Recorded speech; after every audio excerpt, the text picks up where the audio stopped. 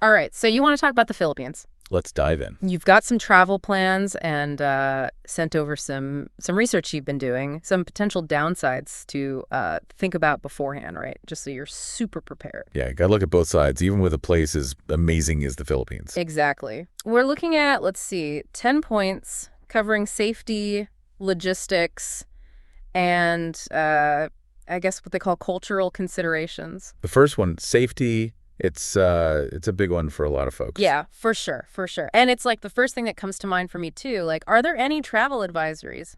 And there are. The U.S. State Department, for example, they've got a level 4 travel advisory. That's their highest warning. It's specifically for parts of Mindanao. Mindanao. Because of kidnapping risks. Oh. Serious risk of kidnapping. So that's not something to just ignore. Oh, definitely not. No, you got to be careful. Like, I remember one time I was traveling to South America, and it totally slipped my mind to check for, like, travel advisories. And thankfully, nothing bad happened. But yeah, I kind of dodged a bullet because there was, like, some volcanic activity going on. Could have been bad. You really have to stay informed.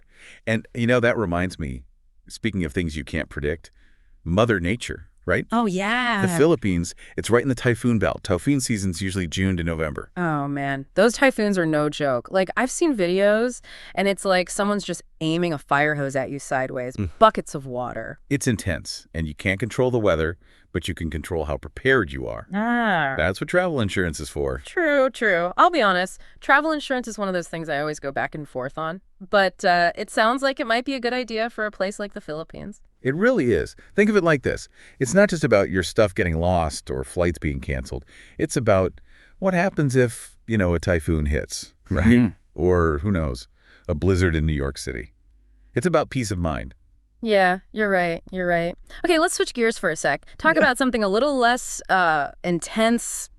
Healthcare. What's the healthcare situation like over there? Well, in big cities like Manila, you'll find really good medical facilities, top notch. Oh, okay. But imagine this, you're out exploring some remote village, right? Yeah. And suddenly you need a doctor. Now, access to that same quality of healthcare, in those areas, it can be tricky. Yeah. You don't really think about that when you're planning a trip. That's why packing a first aid kit is so important. And if you have any health conditions, talk to your doctor. Ask them about the Philippines specifically, medications, all that good stuff. It's funny. Because we're talking about being prepared and all that. And it reminds me of, just those cultural differences, right? Because, like, even if you do all the research in the world, there's always going to be that awkward moment where you realize you messed up, culturally speaking. Oh, yeah. It happens to everyone.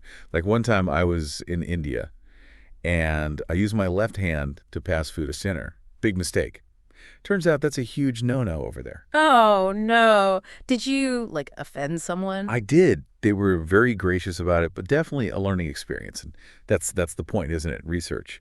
For the Philippines, for example, pointing with your index finger can be seen as rude.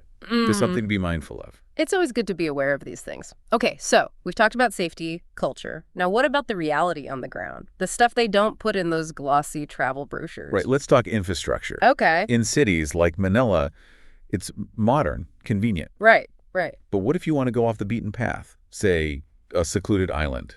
Well, that journey might involve let's just say a less than reliable ferry. Yeah, that's definitely not in the brochure. It's a reality in some parts of the Philippines. Okay, so shifting gears a little bit. Money, right? Budgets. It's a big factor for a lot of travelers, myself included. What's the deal with costs in the Philippines? Absolutely. And, while the Philippines is often seen as a budget-friendly destination, domestic travel can be, more expensive than you might think. Really? More expensive how? Those flights between islands, the ferries, it adds up.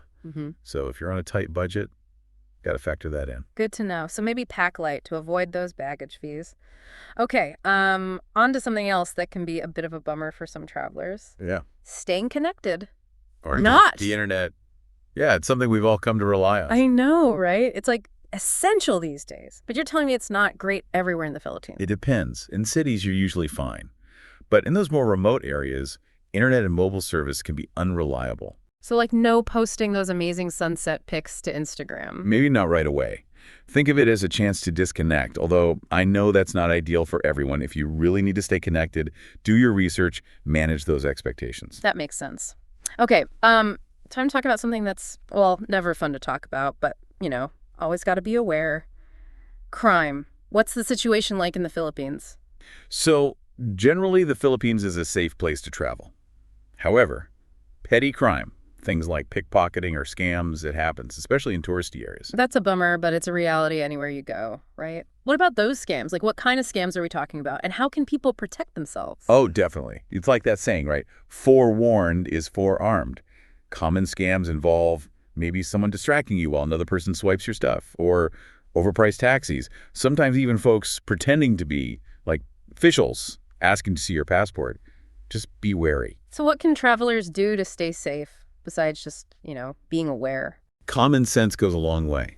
Use the hotel safe for your valuables. Don't flash expensive jewelry or electronics. Be mindful of who's around you, especially in crowded areas. Don't be afraid to say no if something feels off.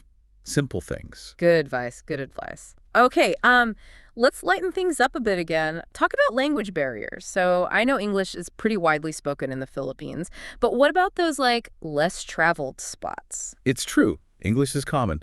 But you got to remember, the Philippines has a ton of regional dialects and languages. Oh, wow, I didn't know that. So while you might get by in English in tourist hubs, venturing off the beaten path might involve some creative communication, gestures, pointing, that kind of thing. Oh, I love that. It reminds me of one time I was trying to order food in, like, rural Thailand, and I knew, like, zero Thai. It was all hand gestures and pointing at pictures. It was an experience. Those are the best travel stories, aren't they?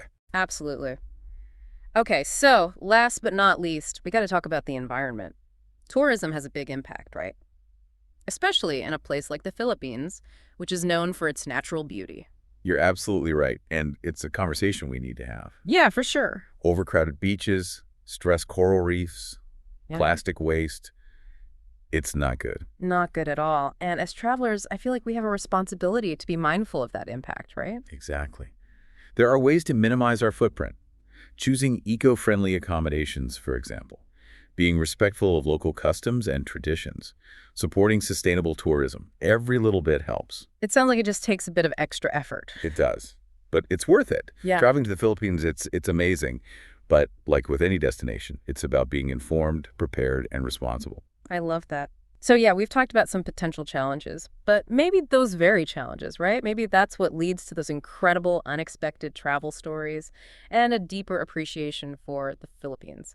Something to think about as you finalize those plans.